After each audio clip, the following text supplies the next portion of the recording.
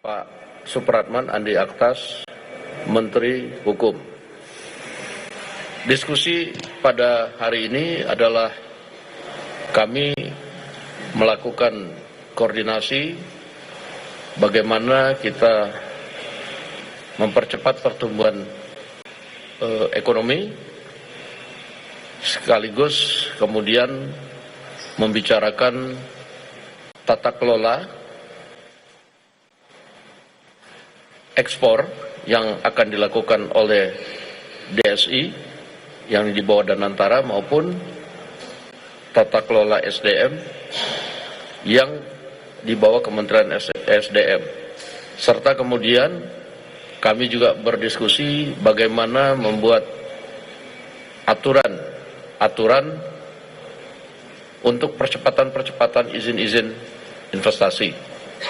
Demikian mungkin saya akan persilakan dulu dari sebelah kiri saya Pak Doni Oskaria yang akan menjelaskan bagaimana tata kelola ekspor yang akan dilakukan oleh DSI agar masyarakat, halayak umum, pelaku pasar, investor jelas, dan begitu juga mengenai tata kelola SDM yang kemudian ada beberapa hal yang mungkin perlu diperjelas kepada pelaku pasar dan investor.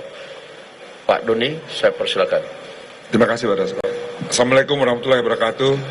Selamat pagi teman-teman sekalian, para insan pers yang hadir pada pagi hari ini, dan terutama sekali adalah untuk seluruh rakyat Indonesia. Tadi disampaikan oleh Pak Dasko bahwa dari pagi kami berdiskusi untuk menyampaikan beberapa hal yang berkaitan dengan pelaksanaan implementasi daripada peraturan pemerintah tentang ekspor sumber daya Indonesia. Yang pertama kami sampaikan bahwa untuk periode Juni sampai dengan 31 Desember bahwa DSI ini akan beroperasi sebagai perantara tunggal, dan ini juga diamanatkan di dalam PP. Tugas kita adalah memastikan bahwa tidak terjadi under invoicing dan juga transfer pricing di dalam ekspor dari sumber daya alam yang kita miliki. Dan tentu saja di dalam pelaksanaannya kami akan melakukan secara transparan, akuntabel, dan dapat dipertanggungjawabkan, dan semua masyarakat Indonesia juga nanti tentu akan dapat mengamati, mencermati, karena memang sudah komitmen daripada Danantara Indonesia untuk selalu melaksanakan pengelolaan Danantara secara transparan dan akuntabel. Nah, ini yang pertama. Yang kedua, kami juga akan tetap menjalankan kontrak-kontrak yang sudah dimiliki oleh seluruh perusahaan, tentu akan berjalan sebagaimana yang mereka miliki, selama itu tidak terjadi tadi yang kita hindari, yaitu under invoicing dan transfer pricing. Ini berjalan sebagaimana biasanya, dan kita sedang mendevelop satu sistem digitalisasi untuk memastikan bahwa seluruh transaksi sumber daya alam kita itu dilakukan secara wajar dan transparan. Jadi buat seluruh pengusaha dan juga masyarakat Indonesia tidak perlu ada yang dikhawatirkan bahwa semua kontraknya berjalan dengan normal. Kami hanya memastikan sampai dengan nanti kita menemukan pola yang lebih baik setelah 31 Desember tahun 2026. Jadi sementara itu yang bisa saya sampaikan, Pak. Jadi tidak usah semuanya dilakukan secara normal dan transparan. Dan teman-teman wartawan tentu juga dapat mencermati nanti, mengamati, dan memberikan masukan juga kepada kami di dalam pelaksanaannya nanti. Kurang lebih demikian Pak Dasko, terima kasih. Terima kasih Pak Dasko, pimpinan DPR, dan teman-teman anggota kabinet, Bapak Ibu semua, teman-teman media.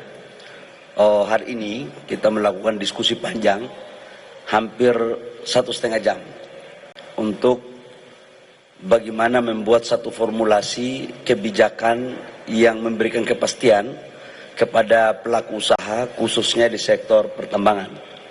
Yang pertama, bahwa teman-teman media, sistem di SDM yang menganut mazhab gross split itu hanya ada pada sektor migas. Saya ulangi, di ESDM atas dasar aturan dan arahan Bapak Presiden yang menganut perhitungan gross split hanya ada pada sektor migas, minyak dan gas. Sementara di sektor minerba tidak ada perubahan sama sekali.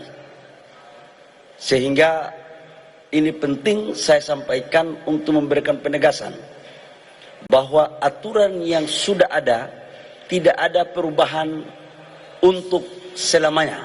Itu tugas saya untuk menjaga itu.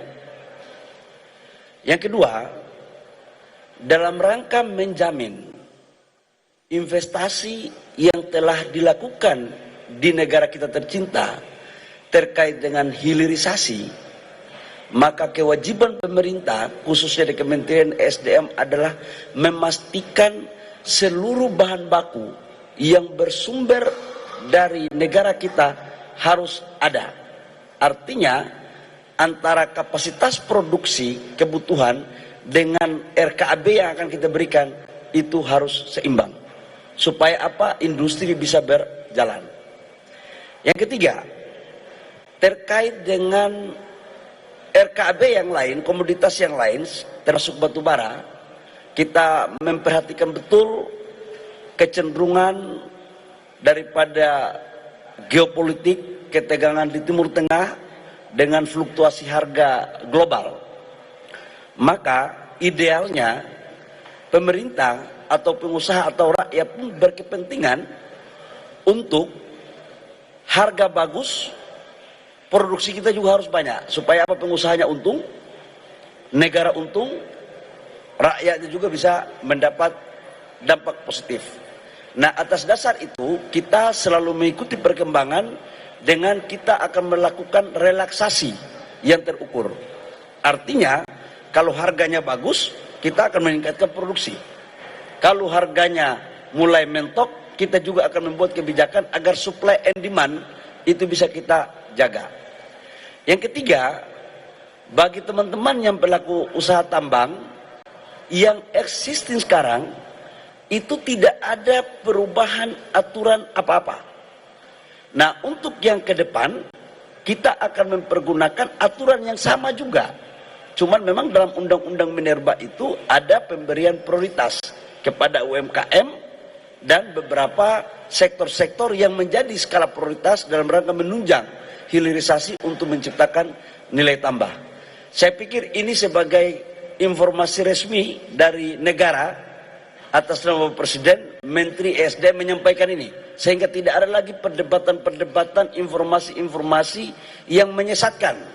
Dan kalau tidak ada yang jelas, tanya ke saya. Jangan tanya kepada orang lain yang mungkin informasinya tidak sepaten apa yang saya sampaikan. Demikian, terima kasih. Paten memang Pak Menteri SDM. Baik, terima kasih. Selamat pagi teman-teman media. Pertama-tama tentu kami sekali lagi mengucapkan terima kasih pada pagi hari ini Pak Dasko kembali memfasilitasi kita, Pak Menteri SDM, Pak Doni sebagai CEO Danantara sekaligus sebagai Kepala BP BUMN, ada juga Pak Supratman dari Menteri Hukum. Sebagaimana yang kita sampaikan beberapa waktu yang lalu bahwa kita terus bekerja keras untuk meningkatkan koordinasi dalam rangka menjaga ekonomi kita berjalan seperti yang kita harapkan.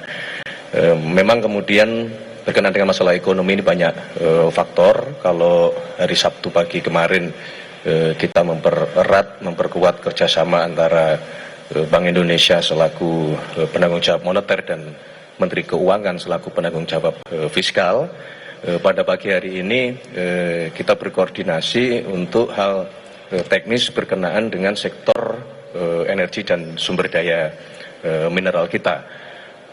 Tadi juga sudah disampaikan karena bertepatan tanggal 1 Juni adalah hari di mana diberlakukannya PP nomor 24 tahun 2026 yang mengatur tentang tata kelola ekspor sumber daya alam kita yang itu berada di bawah PT DSI dan antara sumber daya Indonesia yang kita harapkan seluruh sumber daya alam kita yang kita ekspor sekarang bisa dimonitor dengan sebaik-baiknya oleh negara.